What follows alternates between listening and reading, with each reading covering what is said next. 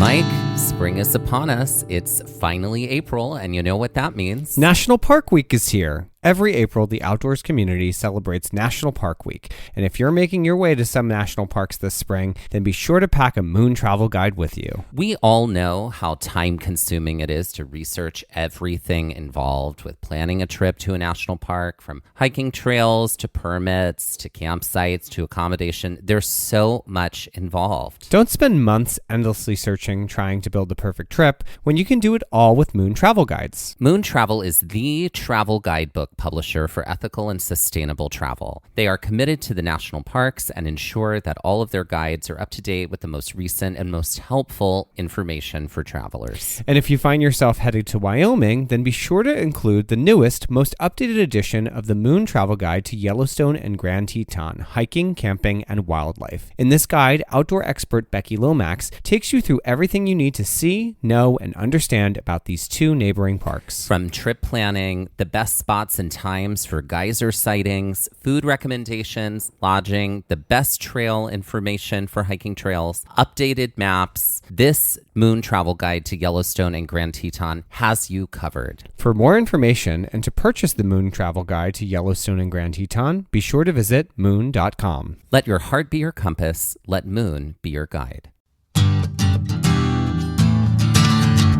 Hello and welcome to Trail Mix by Gaze at the National Parks, the podcast. I'm Dusty. And I'm Mike. And if you're joining us for the first time, Trail Mix is the short format episodes of our show.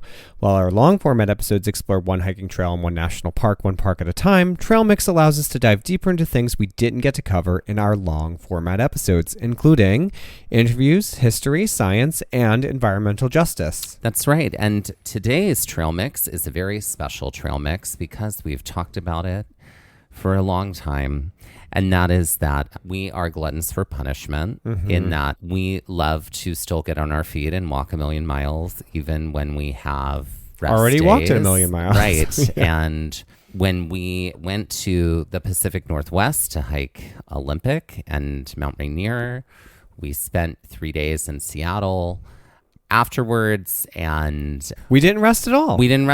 No. And so we decided to make a little trail mix about exactly what our walking tour of Seattle was, because we did enjoy it very much, and sort of bring you along in the event you also might be curious about getting on your feet in Seattle, what we did and what we really enjoyed. Right. You've been to Seattle before. This was my second time through, but I wanted to make sure that you had an equally engaging experience as we were there. Because Mike loves control. That's it. No, but I just felt like this was something we wanted to tag into the trip so that we had some time to really explore the city. And I have to say, when I was there the first time, I also did a lot on my feet. And Seattle is a fairly large city, but a major section of it is pretty walkable, and you can do a lot on your feet in Seattle. And so we wanted to. Yeah. We're definitely people who are like, let's See a city. see a city on foot. Yeah. Because we do love walking. It's the thing that brought us into national parks to do true. trails. So we didn't necessarily plan a marathon length tour through Seattle, But we sure got one. but we sure got one. We ended up doing it anyway. We did. So we got some accommodations in Capitol Hill because we heard it was a cute neighborhood and that's where all the queer bars were. So we wanted to get accommodations near there. And when I stayed initially in the city, I was staying up in Fremont, which is kind of Also like cute. Yeah, north though in the city. Yeah. Essentially, this is pretty far south, Well, easterly. it's east, yeah. Yeah. And it's south of Fremont Yeah, for sure. yeah. So we stayed there. And the last day when we were in Mount Rainier, we departed, said goodbye to Marcy and Becky. Then we had to drive our rental vehicle back to the Seattle Tacoma Airport, then get on the light rail, basically. the light rail to take us into the city. We were able to go right to the stop right around the corner from our accommodations, where we went in and we napped or like were quiet for like an hour or two. Sure. And then we were like, okay, now let's go do something. So from a previous season, we interviewed a really wonderful author, Gus D'Angelo, who wrote National Parks A to Z, which is an illustrated compendium of the national parks. He's also an artist. He is an artist, he yes. illustrated the book as well. It's like a bestiary, essentially, where every letter of the alphabet stands for a national park or a portion of a national park. And also an animal that you would find in that national park. Exactly. There's also some other great information about indigenous people, about environment. There's a lot to this book, which is a kid's book. It's a wonderful book. But we saw through complete happenstance that Gus was going to be doing a book signing at the Seattle REI, which is the flagship REI. Mm-hmm. So we were like, oh, and he'll be there the days we're going to be there. He's doing a signing. Yeah. So we were like, oh my God, let's surprise him. Right. And we called ahead to see if he would be there that night, but the signing ended early. I think it was a Friday that we got into town. So we planned to see him on Saturday, like completely surprise him. But we wanted to walk over to that REI just to see what the distance was going to be like. And also, I think we wanted to stretch a little bit after being in the car for so long and kind of like floofing for a bit. And so that is where we headed first on foot, was we were like, let's just go to that area and check out where the REI is. So give us like a thing to do. Yeah. So we just sort of like did that first. Yeah. And hills. Yeah. Oh my gosh, so many hills headed Yep. like east to west in Seattle. Yep. I was like, okay. Very San Francisco-esque Yes. in that regard. And so we went over there. We checked out that side of the neighborhood. I mean, it was like a mile or two over there. Not a bad walk. Not a bad walk at all. So we walked around this area and then we took a different street on the way back. And then we were like, okay, let's go back to our accommodations. Let's shower and get ready and then we'll go get dinner. Yeah. So we did that. And I found this brewery that had food, Elysian Brewery. Not a sponsor, but it's where we went, so we're going to mention Yeah, it. we are. It was in Capitol Hill as well, so we got ready, got on foot, headed out, and headed over there for dinner. Mm-hmm. And then we were like, okay, let's check out some of the queer bars here in Seattle while we're here, Right. obviously. So the first night we went to Pony, which we heard Pony was great. So we went there. It's tiny, but they had this like really great outdoor space where you could put like stickers and you could leave notes and you could leave. So we left one of our stickers there, stickers, which people have found and have tagged us in it. And we love it when you do that. Yeah. We absolutely love it. This was also like a bar that was sort of on a wedge. The street sort of came to a point. So it was like a very triangular shaped bar. But they had a great playlist. It was a lot of fun. Oh, yeah. It was a great like way to like unwind for the night and to have a little outing time for ourselves. Not in the woods. For sure. Yeah. Yeah, it's nice. We do, as much as we love the woods and we love hiking, like we do like to go out and twirl a little bit when we do. When we want to. When the mood strikes. For a polite amount of time. That's right. So we headed back to where we were staying later for that and just sort of crashed.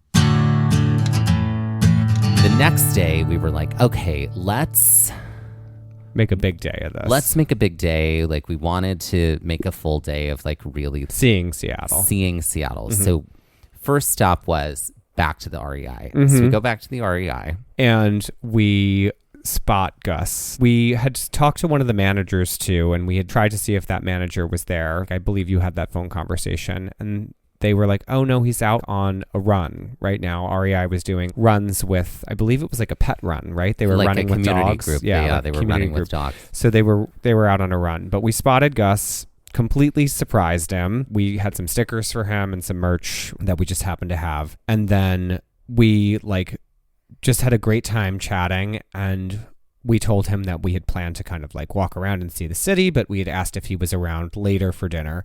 And it was funny because I think we both sort of fangirled on each other a little bit. We did. He's like, I have to tell my partner that I met you. This is so exciting. And we were like, oh my God, we're so excited to like have the opportunity to meet you in person. We don't often get that. And so we had planned to stay in touch, and we were going to reconnect hopefully later that night for dinner. From the REI, we walked our way over to Pike Place Market. And this is something that when I had gone the first time to Seattle, I had seen and I'd kind of walked through. but you hadn't. No, and I wanted to go. And if you've ever been to, there's a lot of cities that have these open air markets. Like, for example, Philadelphia has Reading Terminal Market. It has a very similar sort of feel. Reading Terminal is like a very big city block wide building. It's like a train terminal turned into like a business market. Exactly. And Pike Place is sort of like a double layered mall. It almost felt like in New York, Chelsea Market. Yeah, Chelsea Market. It had that sort of feel to it. Yeah, definitely. Chelsea Market is very posh. It's very posh now. But anyway, Pike Place Market is also where it's a giant fish market too, and a lot of fish are being thrown right and left. I mean, like that's Have you ever seen The Real World Seattle? Right, exactly. Exactly. So we walked all around there. Mm-hmm. There was the alleyway that was all like the chewing gum that you can see. The chewing gum wall. Yep, we went into a map store. Mm-hmm. We did, which was so funny now that I've done a play about a map store. Yes, we did go into a map store. There were some lovely things in there. And then from here, we had talked about maybe going to the Olympic Sculpture Park, but we ended up not going to the Olympic Sculpture Park on this day, and we thought maybe we'll do it the next day. Right. But from here, we headed toward the Space Needle. Now, I'm not going to lie, I liked the Space Needle area. There was a lot going on. Yeah. It wasn't that far of a walk from the Pike Place Market area. It was kind of just up the diagonal on the street. Yeah. And oh my goodness, there's so much going on here. They've got a children's museum here. They have the Museum of Pop Culture. They also have the Chihuly Garden and Glass, which we thought about going into all of these, but I think we just ended up sitting outside. It was just a beautiful day. It was gorgeous, and we didn't want to go inside. Right. And the Sculpture Garden is right near here, and it's a quick walk. We just decided to kind of meander a little bit more, but it is worth doing that. That's something I did on my first trip, and it's kind of like along the water, and it's really cool to be able to like just walk through this area. It's free, and you can kind of just see all this outdoor sculpture, which is great. Definitely recommend. But we decided we were going to kind of do like a big walk further up, kind of along Lake Union. So from here, we kind of headed north. And Lake Union is sort of like a three-pronged lake. It's got a bottom area, then like a branch that goes off to the left and off to the right. So at the bottom of the park here, there's like a beach. There were a lot of people out. It was a beautiful day. And this was 4th of July weekend when we were in. So there were a lot of people out and about in Seattle. We took a really, really lovely walk along the left side of the lake here. There's a walking trail that's paved the whole way that one can take. Yeah. Exposed sun most of the time. There are some areas of sweeping shade, but this is also where you get to see people's houseboats. It's ritzy without being ostentatious, is what I'll kind of say. Yeah. And lake culture. City lake culture, which is fascinating. Yeah. As we walk up, we cross a bridge and we end up in the Fremont area of the city. Yes. This, when I stayed originally in my first trip through Seattle, this is where I stayed up here. And this is really cute. There's a lot of like great restaurants and bars up in this area.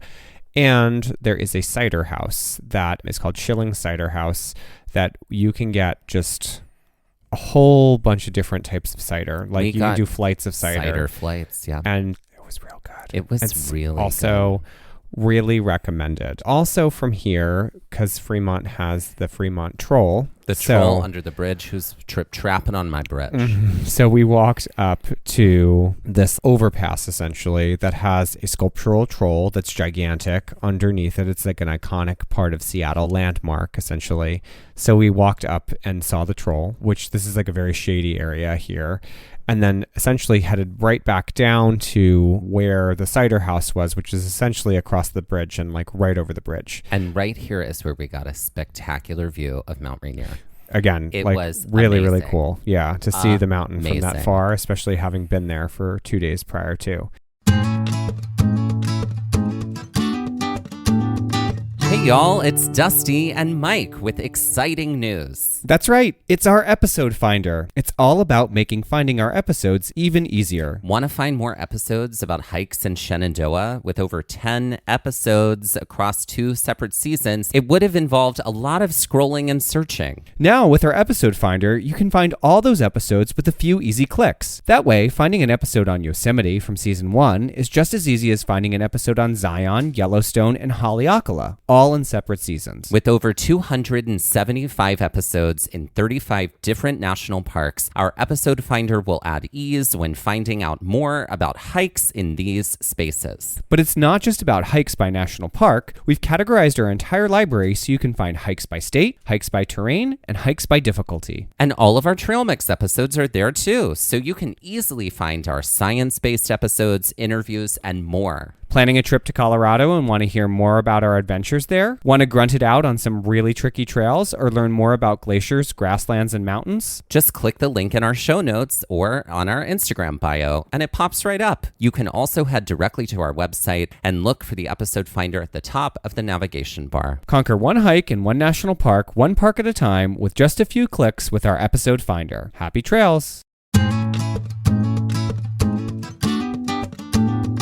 Looking for some new art inspired by the national parks? Then be sure to check out our online store, The Gaze Shop. This season, as we explore the landscapes of Olympic National Park, Mount Rainier National Park, Carlsbad Cavern National Park, and Guadalupe Mountains National Park, we've got some new items and designs coming your way. Introducing our Olympic National Park and Mount Rainier National Park posters. These 12 by 18 posters make a great addition to any home or office, or a great gift for any lover of the national parks, even if that national parks lover is you. Whether it's art for your wall or a sticker for your water bottle, you're sure to find something that sparks your love of the outdoors. Visit shop.gazeatthenationalparks.com to bring some of the national parks home with you. From here, we kept going and we went to Gasworks Park, which clearly this was an area with a lot of industry or industrial sort of apparatuses on it used for Used gas. in the past. And now it's turned into a public park, and Yeah. like people were laying out. This was clearly their beach time. This was clearly their picnic time, their parties, their whatever. And so there was a lot happening. A lot of people in this area. Yeah. Skateboarding. Yep.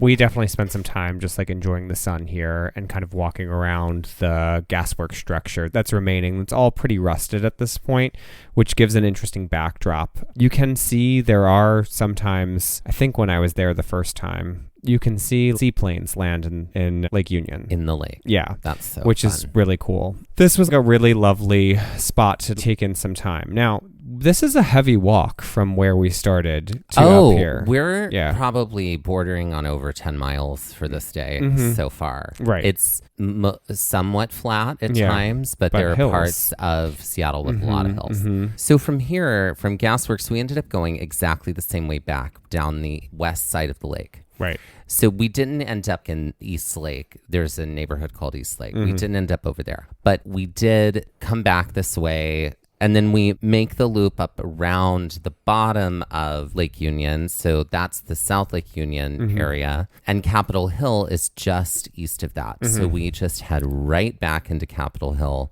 back to where we were staying, Right.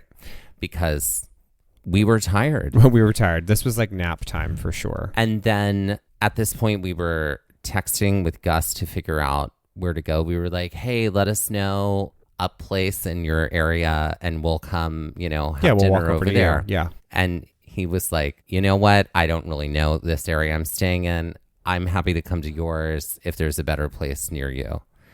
And so we're looking at our Options, which options. It's a Saturday night. I think it was 4th of July. Like, I think things it were was, closed. Yeah, and we were like, okay, I think there's only one thing we're going to be able to do right now.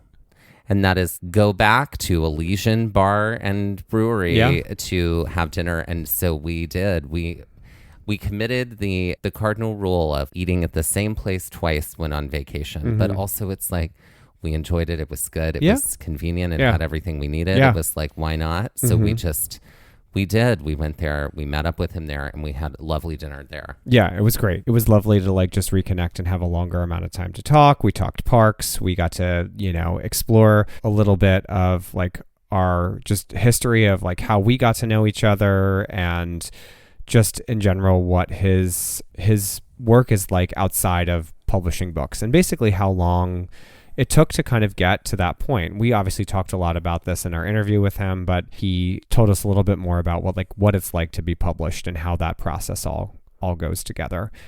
And eventually we said our goodbyes after a polite amount of time at dinner. And we decided that we were going to be little twirl girls. We were going to be twirl girls because we were like, we gotta have some fun. We have to go get on a dance floor. And so we went to Queer Bar because we're big fans of queer spaces rather than like gay bar spaces. So we were like, Queer Bar. I read all the reviews. We talked to some people at Pony. They also were like, listen, Queer Bar is like where you go to dance and have fun. And so we were like, great.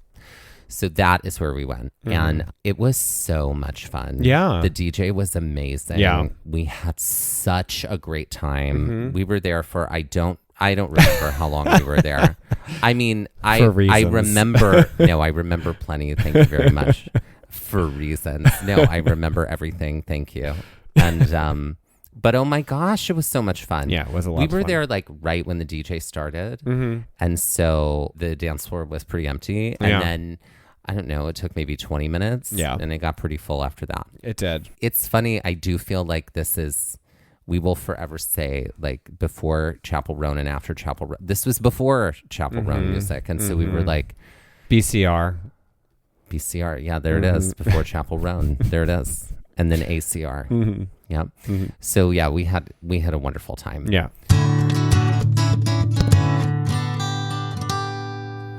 So the next day, we had a full day in Seattle, but it was also the day we were traveling back because our we flight were was on like an evening flight. 7 or 8 in the evening, Right. something like that. So we got up, and first thing we did is we went over to breakfast around the corner from where we were staying. And so we had to check out at about 11. And so we were like, we're going to stay in the room all the way until 11. Right. Because we're going to need to maximize Time where we can be in a space that's ours. time where we can rest and Yeah. So we got up at about 8. We went and got some breakfast and then came back. We were already packed and we just rested Yeah. and chilled out. Yeah. And we're nice, quiet girls Yeah. for a little while. Yeah. For a little Because while. you're constantly loud. It's me. That's you. Screaming So, at all hours. That's right. But what we decided to do on this day is that we wanted to go up to the Washington Park Arboretum, which is in the east part of the city near Madison Park. So we took a different way to kind of get up that way, walking up a different side of the city to get up there. And my favorite thing to do is find urban trail routes. And so we did find some. I had found some shortcuts through some green spaces that took us all the way up in a diagonal toward that area. And this was also, the area around the park is clearly a very affluent sort of area. Oh my God, it was so The rich. homes up here. Homes Yeah. were beautiful. Yes. But the Clearly, this is where the money was. Right, but the park itself is beautiful, and Oh, yeah, there yeah, are yeah. trails So all when the we- way through the park. We did finally get there, and there are trails all through it. It's gorgeous, and it's so well manicured.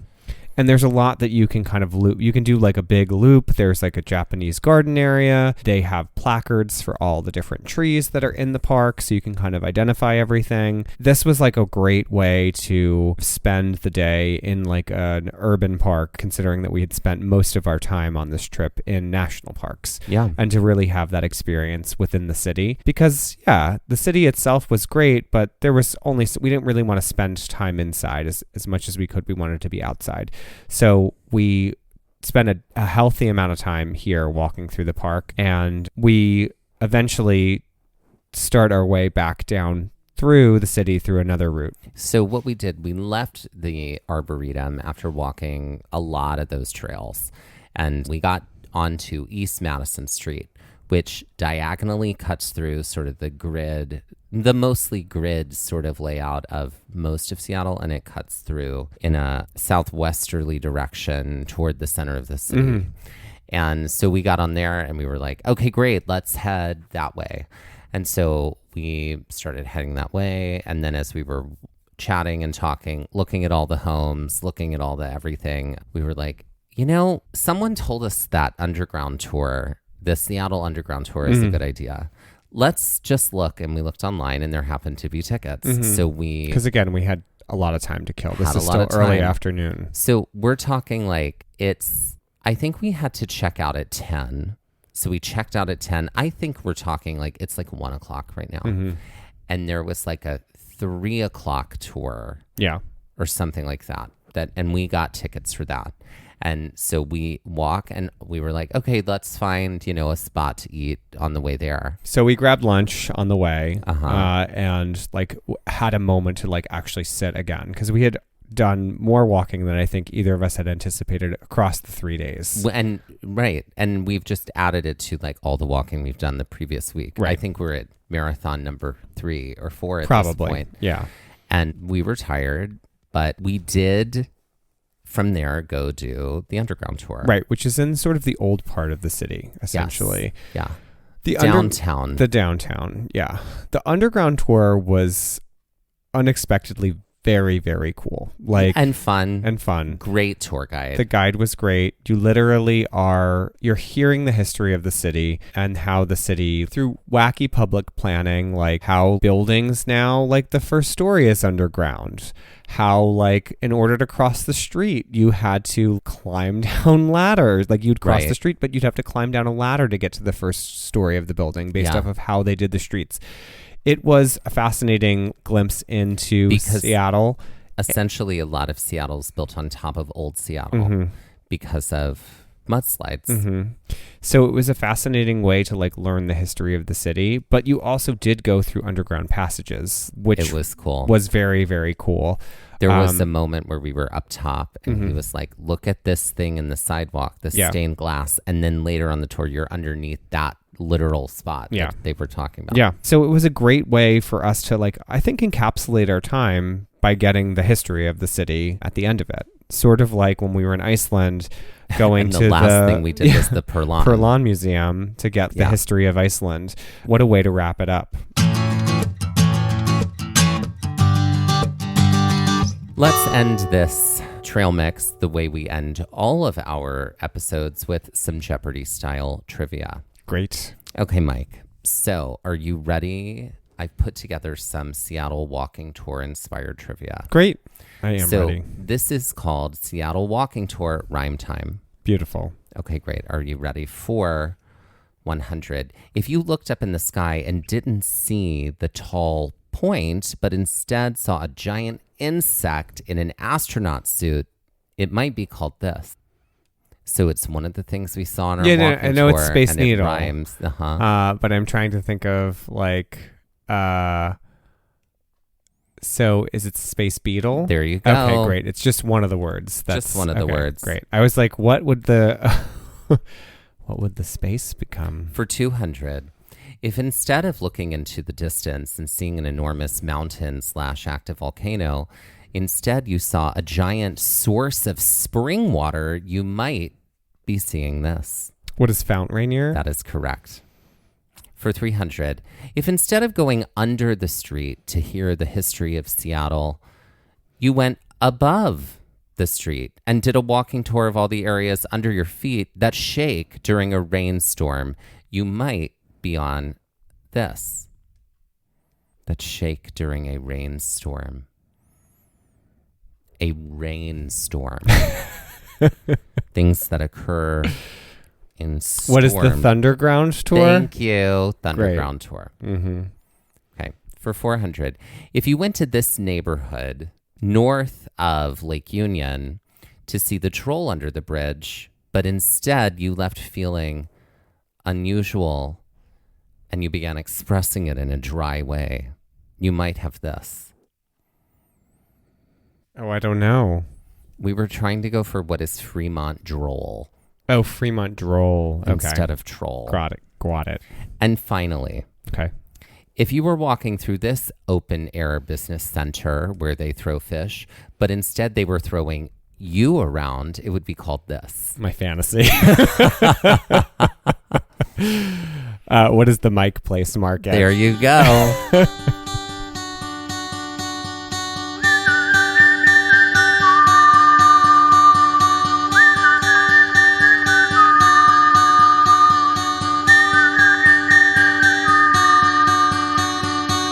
Looking for more episodes like the one you just heard? Then be sure to check out our episode finder for episodes by park, state, hiking difficulty, and terrain, as well as all of our Trail Mix episodes in one helpful place. Click the link in the show notes of this episode, our Instagram bio, or visit our website to make your listening experience even easier. This has been Gaze at the National Parks, the podcast, and we're here to remind you to hike early and hike often, and that adventure is always out there. Gaze at the National Parks was created, produced, edited, and hosted by us, Dustin Ballard and Michael Ryan. To see images from this episode, follow our Instagram at Gaze at the National Parks. To contact us, email us at gazeatthenationalparks@gmail.com. And to find out more about the parks visited on this show, visit our website, gazeatthenationalparks.com. That's Gaze, G-A-Z-E. All original artwork featured on Instagram and on our website is by me, Michael Ryan. All original music was written and performed by Dave Seaman and Mariella Klinger, with Sean Sklios on guitar. Our music producer is Skylar Fortgang. We would also like to acknowledge that while recording this episode that we were on the traditional and stolen lands of the Lenape people, also known as New Jersey.